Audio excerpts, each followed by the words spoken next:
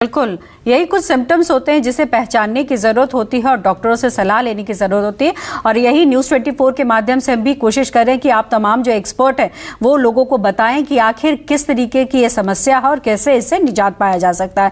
Doctor BN Sinha हमारे साथ जुड़े हुए हैं, वरिष्ठ आयुर्वेदाचार्य। बहुत बहुत स्वागत करती हूँ सर मैं आपका।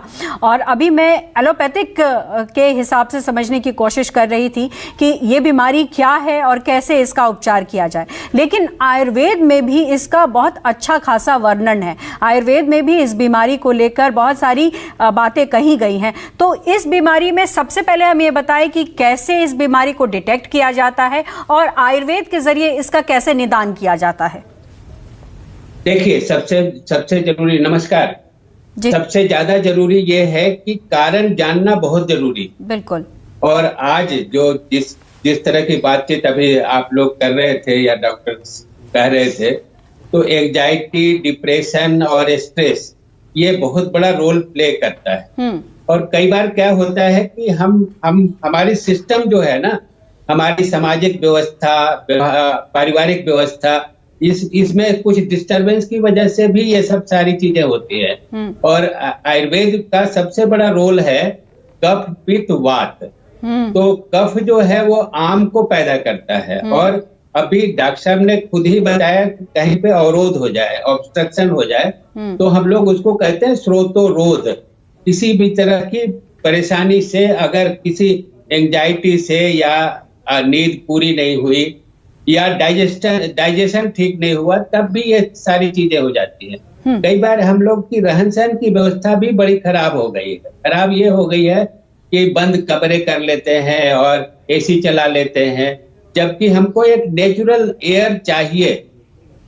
और हमारे यहाँ सबसे बड़ी चीज ये है कि एक वो है, देखिए कि हम लोग जो है कफ, पित्त, वात पर ज्यादा डिपेंड करते हैं। तो कफ जो है आम को पैदा करता है। आम जो है अनडाइजेस्टेड फूड जो है वो आम को प्रोड्यूस करता है, और आम जो है वो ब्लॉकेज करता है, जो चैनल ब्लॉकेज, जिसको अभी स्रोतोरोध की बात हम जो कर रहे थे। जी। तो स्रोतोरोध होने की वजह से ये कांस्टेंट पेन होता रहता है, और एक बार शुरू हो गई, एक फियर भी क्रिएशन हो जाती है। जैसे ही पता चला कि सिर दर्द शुरू हो रहा है, तो एक स्वाभाविक रूप से डर पैदा हो जाता है। वो डर जो है वो हमको उसको और बढ़ाता चला जाता है। लेकिन डॉक्टर सिन्हा, तो आयुर्वेद में इसको अगर हम डिटेक्ट कर लेते हैं तो इसका उपचार किस तरीके से किया जाता है? क्योंकि बहुत सारे ऐसे लोग होते हैं जो दवा खाने से परहेज करने लगते हैं। हम लोग परहेज और उपचार की बात पर ही ज्यादा स्ट्रेस दें तो ज्यादा बढ़िया है। हमारे यहाँ एक अश्वगंधा रिष्ट का प्रयोग करते हैं। वो उसको 4 चम्मच 25 ml सुबह और 25 ml इवनिंग में, रात में लेते हैं, after lunch and after dinner. जी। तो क्या होता है, आफ्टर का मतलब ही ये होता है कि आपके पेट में कुछ है, उसके ऊपर से कुछ आप ड्रग ऐसा दे रहे हैं जो किसी तरह का नुकसान न करे। तो अश्वगंधा रिष्ट 4 चम्मच दिन में, 4 चम्मच रात में हम लोग एडवाइस।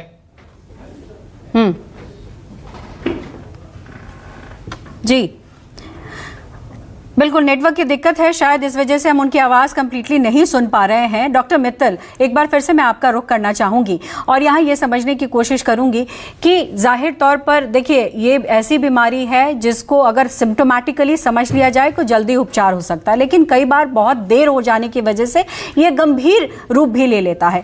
तो सबसे पहले ये बताइए कि ये हाफ हेड में क्यों होता है? बहुत लोगों का प्रश्न होता है कि ये हाफ सिर में ही, आधे सर में दर्द होना शुरू हो गया, आईज के पास भी पेन होना शुरू हो जाता है, तो ये किस वजह से होता है? देखिए, ये जो है ये बीमारी का लक्षण है, और बीमारी इसी टाइप से होती है, और ऐसा जरूरी नहीं कि हाफ ही हेड में हो। कॉमन होता है कि हाफ हेड में होता है, दोनों तरफ सर में भी हो सकता है सर, इस तरफ भी हो सकता है, इस तरफ भी हो सकता है। फॉर दैट मैटर अगर हम देखें, पीछे सर में भी होता है। जो कॉमन है वो टेम्पल्स, जो हमारे टेम्पल्स होते हैं राइट और लेफ्ट दोनों तरफ, इस तरफ होता है। और जो पेन होता है उसका भी कैरेक्टर बहुत इंपॉर्टेंट होता है कि किस टाइप का हमें पेन है। जो वो पेन है जो कॉमनली माइग्रेन में होता है वो एक पल्स जैसा फील होता है। यहाँ पे हमें ऐसे ढब ढब ढब ऐसा पेशेंट को लगता है कि उनको इस टाइप का हेडेक हो रहा है। जिस समय पेशेंट हमें ये बोलते हैं कि ये ढप ढप वाला पेन है और एक लंबा पेन चल रहा है कि एक बार चालू हुआ तो 4 से 6 घंटे से 3 दिन तक आता रहता है, तो वो एक बहुत इंपॉर्टेंट हमारी क्लू बन जाता है कि ये सर दर्द का हेडेक है जो माइग्रेन में हमारा हो सकता है। दूसरी चीज ये आती है कि काफी लोग, देखिए जैसे मैंने कहा कि काफी बार हेडेक ऑलमोस्ट हर आदमी को किसी ना किसी पॉइंट ऑफ टाइम पे होता ही होता है। तो ये हेडेक काफी लोग इसको ये मान के छोड़ देते हैं कि कोई बहुत बड़ी बात नहीं है, तो माइग्रेन उस केस में जो है वो बढ़ता रहता है, जो फ्रीक्वेंसी है हेडेक की वो बढ़ती रहती है। तो उसमें हमारे पास प्रॉब्लम ये आती है कि जिस समय माइग्रेन का जो इस टाइप के लोग आते हैं उनको एक आदत पड़ जाती है कि पेन किलर्स खाने की। बिल्कुल। तो वो पेन किलर्स जो है वो एक तो सिस्टम में वैसे ही बहुत परेशानी करते हैं, किडनी और पेट पे असर कर सकते हैं। दूसरी बात ये होती है कि बॉडी को वो पेन किलर की आदत पड़ जाती है। तो अगर आप बॉडी में नहीं खाएंगे, पेन किलर नहीं देंगे, तो वो अपने आप वो पेन किलर की कमी की वजह से उस पेशेंट को हेडेक होने लगेगा, जिसको मेडिकेशन ओवरयूज हेडेक भी बोलते हैं। तो ये हेडेक जो है वो उस केस में और हमें मेडिसिन बंद करनी पड़ती है, जो पेशेंट के बहुत मुश्किल होती है। दूसरी चीज, जैसे अभी डॉक्टर साहब ने बोला कि हमारे पास प्राइमरी और सेकेंडरी हेडेक, 2 किस्म के हेडेक होते हैं।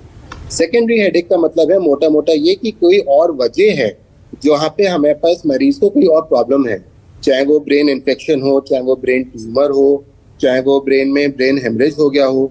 तो ये चीज खतरनाक बन सकती है पेशेंट की अगर वो सिम्टम को अवॉइड कर रहा है। इस केस में बहुत जरूरी है कि पेशेंट हमारे पास जल्दी पहुंचे, क्योंकि ये वाले जो कॉजेज हैं इनको रूल आउट करना और इनका इलाज अर्जेंटली करना बहुत जरूरी है। सीधी बात है, अगर ब्रेन ट्यूमर बहुत लंबा जाएगा, अगर ब्रेन हेमरेज ज्यादा लंबा जाएगा, तो उसमें हमारे पास जो पेशेंट अगर लेट आता है तो ट्रीटमेंट उतना ही कम असरदार होगा।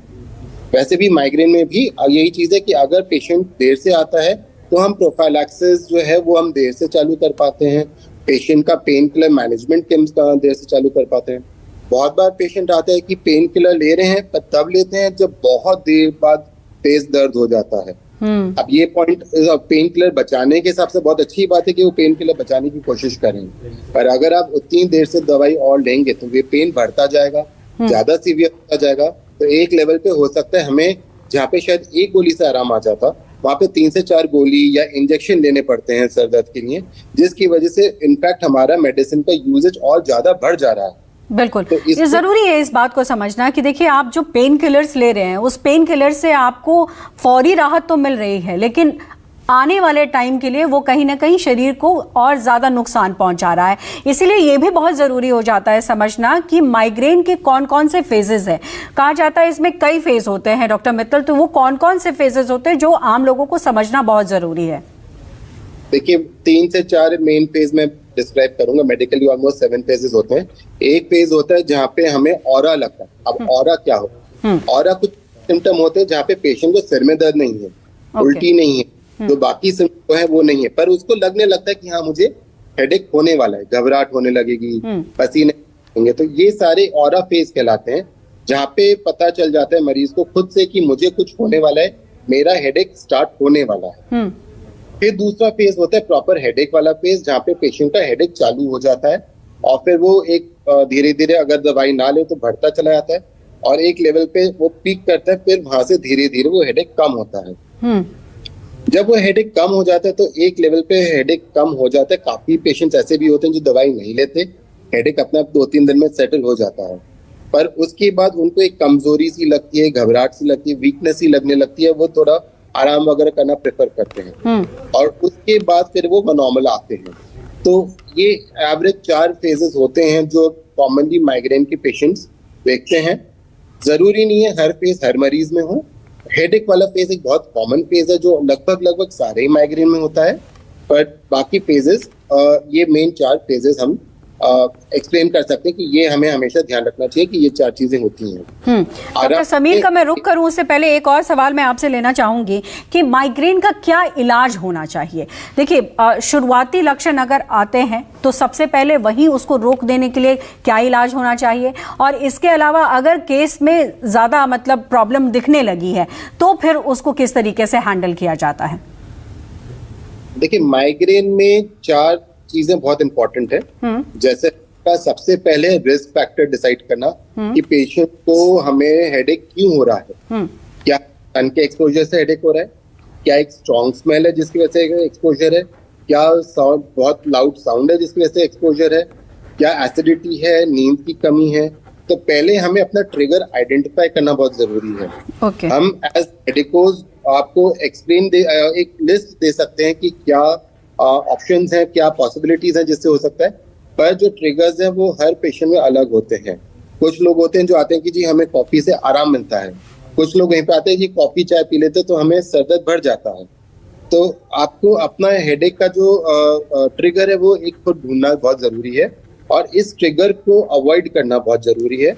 वो एक बहुत इंपॉर्टेंट फैक्टर है जो हम अगर अवॉइड करते हैं तो हमारी हेडेक फ्रीक्वेंसी और हेडेक की ओवरऑल इंटेंसिटी कम होती है। दूसरा पार्ट आता है जहाँ पे हमें हेडेक की फ्रीक्वेंसी देखनी होती है कि जो पेशेंट है उसको कितनी बार हेडेक हो रहा है, महीने में कितनी बार हेडेक हो रहा है, कितने दिन हेडेक हो रहा है, कितनी इंटेंसिटी पे हेडेक हो रहा है। तो अगर हेडेक की इंटेंसिटी कम है, हेडेक की फ्रीक्वेंसी कम है, तो हम एक बेसिक पेन किलर देते हैं जो जिसकी भी ड्यूरेशन और जिसकी भी severity of the index medicine जो है वो धीरे धीरे बढ़ाई जा सकती है। हर पेशेंट को हैवी पेन किलर स्टार्टिंग में नहीं दिया जाएगा, पहले से लाइट पेन किलर दिया जाएगा, फिर लेवल से बढ़ाया जाएगा।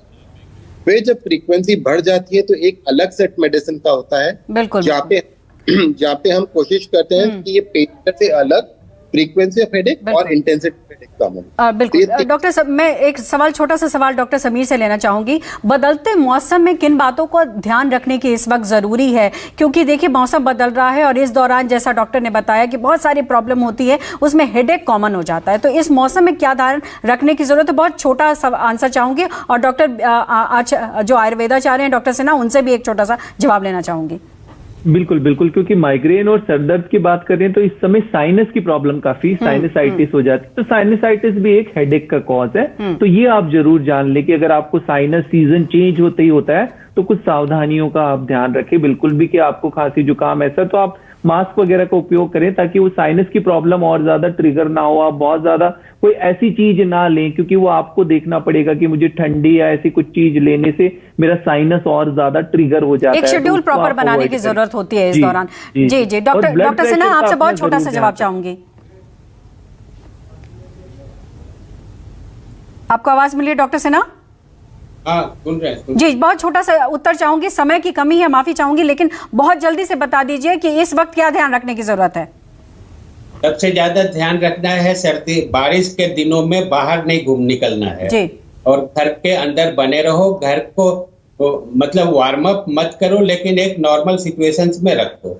और दवाइयों में सबसे ज्यादा अच्छा है अश्वगंधारिष्ट, हमने बोला है लक्ष्मी विलास की गोली एक सुबह शाम लेना चाहिए रेगुलर। चलिए, लक्ष्मी विलास नारदीय एक बहुत बहुत शुक्रिया आप तमाम लोगों का। आप लोगों ने बहुत जो है इम्पोर्टेंट जानकारियां हमारे दर्शकों को दी है और इसके लिए हम बहुत बहुत शुक्रगुजार हैं, क्योंकि जिस तरीके से यह खतरा बढ़ रहा है उसका निदान भी आप लोगों से ही मिल सकता है। तो आज हमने इस जटिल बीमारी से निजात पाने के तरीके समझे। हमें यही पता लगाना होगा हमारे लिए क्या बेहतर है और उस हिसाब से एक शेड्यूल बनाकर उसे फॉलो करना होगा, तभी हम ऐसी बीमारी से दूरी बना सकते हैं। आज के लिए बस इतना ही। अगले हफ्ते एक नए टॉपिक के साथ फिर हाजिर होंगे। तब तक के लिए स्वस्थ रहिए, सुरक्षित रहिए और देखते रहिए News 24।